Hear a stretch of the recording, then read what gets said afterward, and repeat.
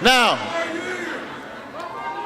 there was one person at Governor Romney's convention last week who wasn't entirely on script. No. Because while they were busy telling folks how bad everything is, your governor, John Kasich, don't boo.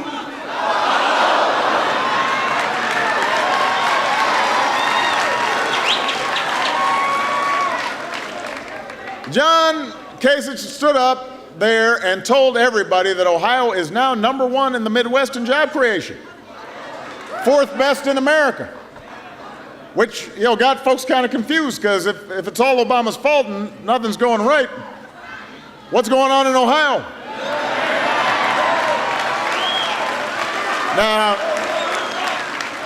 I guess the theory was that it's all the governor's doing. But I think we need to refresh his memory. Because a lot of those jobs are auto worker jobs like yours.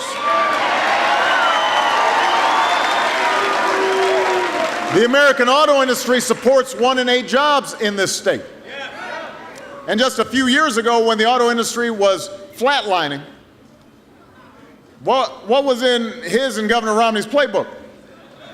Let Detroit go bankrupt. You remember that? Now think about what that would have meant, not just for Ohio, but for America. If we had turned our backs on you, if America had thrown in the towel like that, GM and Chrysler wouldn't exist today. The suppliers and the distributors that get their business from these companies would have died off too. Then even Ford could have gone down as well. Production shut down. Factories shuttered. Once proud companies chopped up and sold off in scraps. And all of you, the men and women who built these companies with your own hands, you would have been benched for good. That's not a good play. We didn't run that play. More than 1 million Americans across the country would have lost their jobs in the middle of the worst economic crisis since the Great Depression. In communities across the Midwest, it would have been another Great Depression. And it's not just the workers themselves. Think about everybody who depends on you. School teachers, small business owners, the server in the diner who knows your order before you walk in, the bartender who knows your order before you walk in.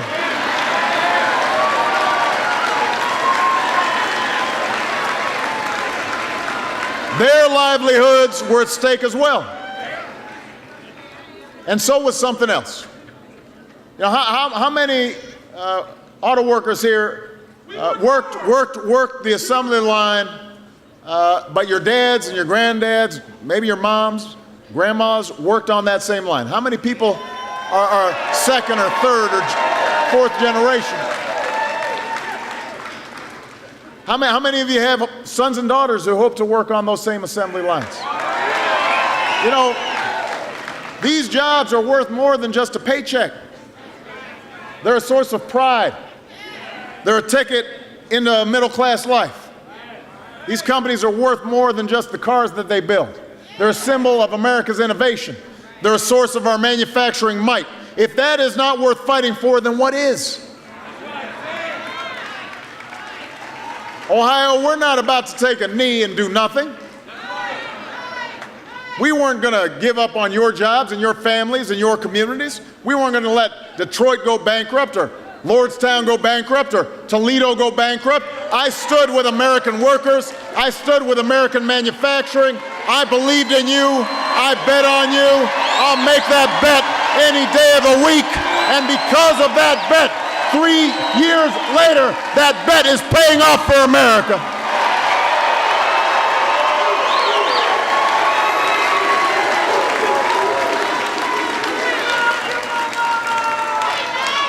Three years later, the American auto industry has come roaring back.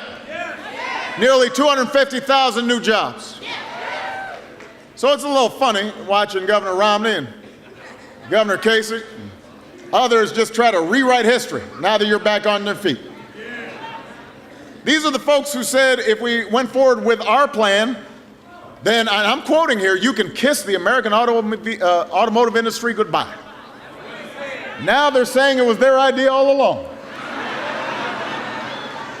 Seriously.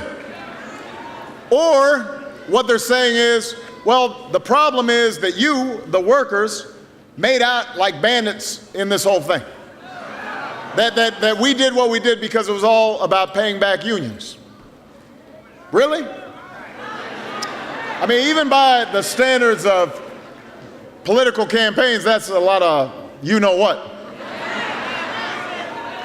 Workers made some of the biggest sacrifices. About 700,000 retirees saw a reduction in the health benefits they had earned. Hours were reduced, pay and wages scaled back.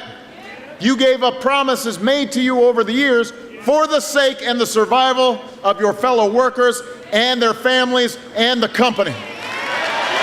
You made sacrifices. Which is why I don't understand why these folks have the nerve to talk about you like you're some greedy special interest that needs to be beaten down. After all that unions have done to build and protect the middle class, they were standing up there at their convention saying, you're responsible for the problems we face. Their plan says the best way to help workers is to roll back workers' rights, to overturn laws that make sure construction workers get a fair wage, to blame teachers and firefighters and police officers and other public servants for our economic challenges, instead of what happened on Wall Street and a historic financial collapse. So Toledo, what you need to know is this. When they're trying to take your collective bargaining rights away, when they're trying to pass so-called right-to-work laws that really mean right to work for less and less, you should know this isn't about economics. This is about politics. This notion that we should have let the auto industry die and that we should pursue anti-worker policies in the hopes that unions like yours will unravel. It's part of the same old you're on your own, top-down philosophy that says we should just leave everybody to fend for themselves. Now on Thursday night, I'm going to offer you what I believe is a better path forward.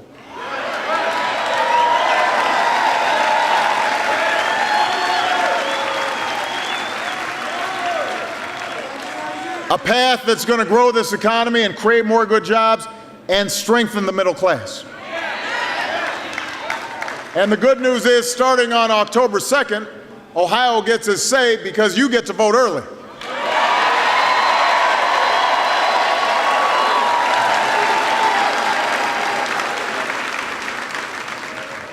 You can choose which path we take.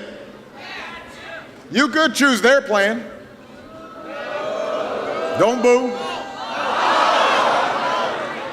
You could choose to give massive new tax cuts to folks who've already made it, or you can choose my plan, to keep taxes low for every American who's in the middle class and every American who's striving to get into that middle class.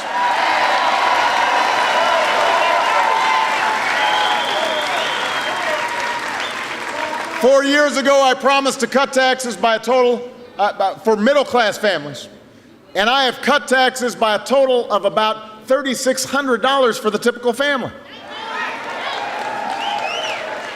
And now I'm running to make sure the taxes aren't raised a single dime on the first $250,000 of any family's income. Now, that's 98% of Americans. It may be 99.9% of this auditorium. Your taxes won't go up because my belief is you need relief. I don't need relief. Mitt Romney doesn't need relief. He needs it less than me. But that's a choice in this election. You can choose whether we give up new jobs and new industries to countries like China, or whether we fight to keep those jobs in states like Ohio. You know, unlike my opponent, I want to stop giving tax breaks to companies that are shipping jobs overseas.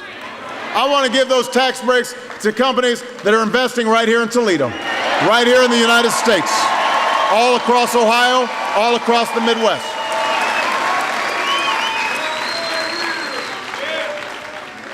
You can decide whether borrowing money from your parents is an answer when a young person asks how they're going to go to college. You heard about that, right?